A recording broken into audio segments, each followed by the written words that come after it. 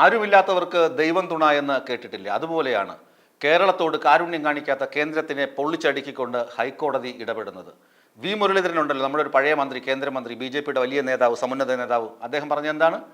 Helicopter വാടക ചോദിച്ചു എന്നൊക്കെ പറയുന്നത് ഈ കാലാകാലങ്ങളുള്ള നയത്തിൻ്റെ ഭാഗമായിട്ട് ചോദിക്കുന്നതാണ്, അതൊരു കീഴ്വഴക്കമാണ് എന്നൊക്കെ പറഞ്ഞ് ഉരുണ്ട് കളിച്ചു. പെട്രോൾ വില കൂട്ടിയാലും വൈദ്യുതി വില എന്ത് കൂട്ടിയാലും അദ്ദേഹം ഇങ്ങനെ അഴകുഴമ്പൻ ന്യായം പറഞ്ഞ് കളിക്കും. കേരളത്തിലെ ജനങ്ങളെ ഒറ്റുകൊടുക്കും. സുരേഷ് ഗോപിയും ഒറ്റുകൊടുത്തു ഇല്ലേ?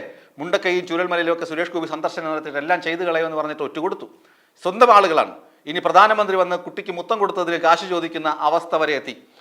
കോടതി ചോദിക്കുകയാണ്, ഈ അടുത്തല്ലേ മുണ്ടക്കൈ ചൂരൽമല ദുരന്തം നടന്നത്? നിങ്ങൾക്ക് ഇത്രയും നിങ്ങൾ എന്താണ് ഈ 132 കോടി രൂപ ഉടനെ വേണമെന്ന് നിങ്ങൾ എന്തിന് ആവശ്യപ്പെടുന്നത്? എന്ത് ന്യായമാണ് അതിനുള്ളത്? നിങ്ങൾ കേരളം ആവശ്യപ്പെട്ട കാര്യം കൊടുത്തിട്ടുണ്ടോ? കേരളം ഇത്രയും തുക ഏകദേശം 2200 കോടിയോളം രൂപയുടെ പുനർനിർമ്മാണ പ്രവർത്തനങ്ങൾക്ക് ആവശ്യമായി വരുമെന്ന് കേരളം കണക്ക് കാണിച്ചിട്ടും നിങ്ങളത് ചെയ്തിട്ടില്ല. നിങ്ങൾ ഇങ്ങോട്ട് സഹായം കൊടുക്കുന്നുമില്ല. ആളുകൾ ദുരിതത്തിൽ തന്നെയാണ്. ആ ദുരിതം കണ്ടിട്ട് നിങ്ങൾ കണ്ണടയ്ക്കുകയും സംസ്ഥാന സർക്കാരിൽ നിന്ന് വീണ്ടും കൂടുതൽ പൈസ ഈടാക്കാൻ ശ്രമിക്കുകയും ചെയ്യുന്നു. ഇത് ന്യായീകരണം അർഹിക്കുന്നതല്ല. അതുമാത്രമല്ല, നിങ്ങൾ ഏതൊക്കെ വർഷത്തെ ഹെലികോപ്റ്റർ ചാർജാണ് ചോദിച്ചത്? 2006, 2016, 2017.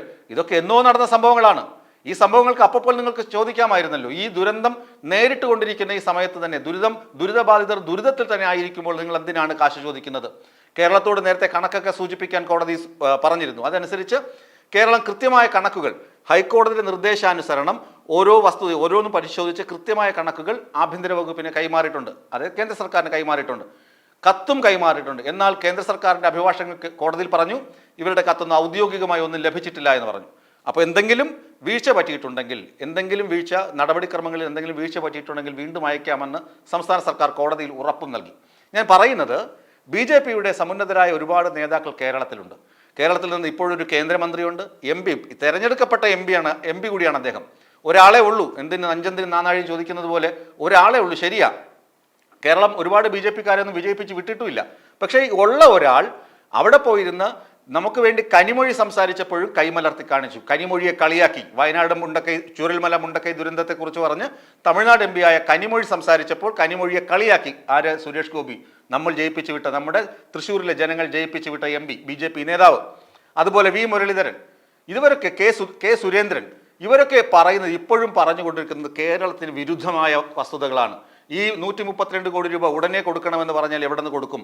കേന്ദ്രം ഇങ്ങോട്ടൊന്നും തന്നിട്ടില്ലെന്ന് കോടതി പറഞ്ഞിട്ട് പോലും നമ്മുടെ പ്രതിപക്ഷ നേതാവ് VD സതീശനും സംഘവും പറയുന്നത് എന്താണ്? ഖജനാവിലിരിക്കുന്ന കാശെടുത്ത് ചെലവഴിക്കാനാണ്. ഖജനാവിൽ പൈസ ഉണ്ട്, ശരിയാണ്. ദുരന്ത നിവാരണ, അതായത് മുഖ്യമന്ത്രിയുടെ ദുരിതാശ്വാസ നിധിയിലേക്ക് വയനാടിൻ്റെ പേരിൽ കിട്ടിയ ഇത് വളരെ കുറച്ച് തുകയാണ്. അത് വിനിയോഗിക്കുന്നുണ്ട്. അതേ അവസരം ദുരന്ത നിവാരണ ഫണ്ടിലുള്ള തുക കാസർഗോഡ് മുതൽ പാറശാല വരെയുള്ള ഏത് ദുരന്തങ്ങൾക്കും പെട്ടെന്ന് വളരെ വേഗം അടിയന്തര നടപടി സ്വീകരിക്കുന്നത് കരുതൽ ധനമാണ്. ആ ധനം ഇപ്പോൾ വയനാട്ടിൽ ചെലവഴിച്ചു കഴിഞ്ഞാൽ മറ്റെന്തെങ്കിലും ഇഷ്യൂസ്, ഇപ്പോൾ തന്നെ നമുക്കറിയാം, കാലാവസ്ഥാ വ്യതിയാനങ്ങൾ, ന്യൂനമർദ്ദത്തിൻ്റെ പ്രശ്നം, കാറ്റെപ്പോഴും വേണം അടിക്കാം, കാറ്റ് വീശി അടിക്കാം, കൊടും മഴ പെയ്യാം, വെള്ളപ്പൊക്കമുണ്ടാകാം, സുനാമി വരാം, എന്തും സംഭവിക്കാം, ഭൂകമ്പം വരാം, ഉരുൾപൊട്ടൽ വരാം.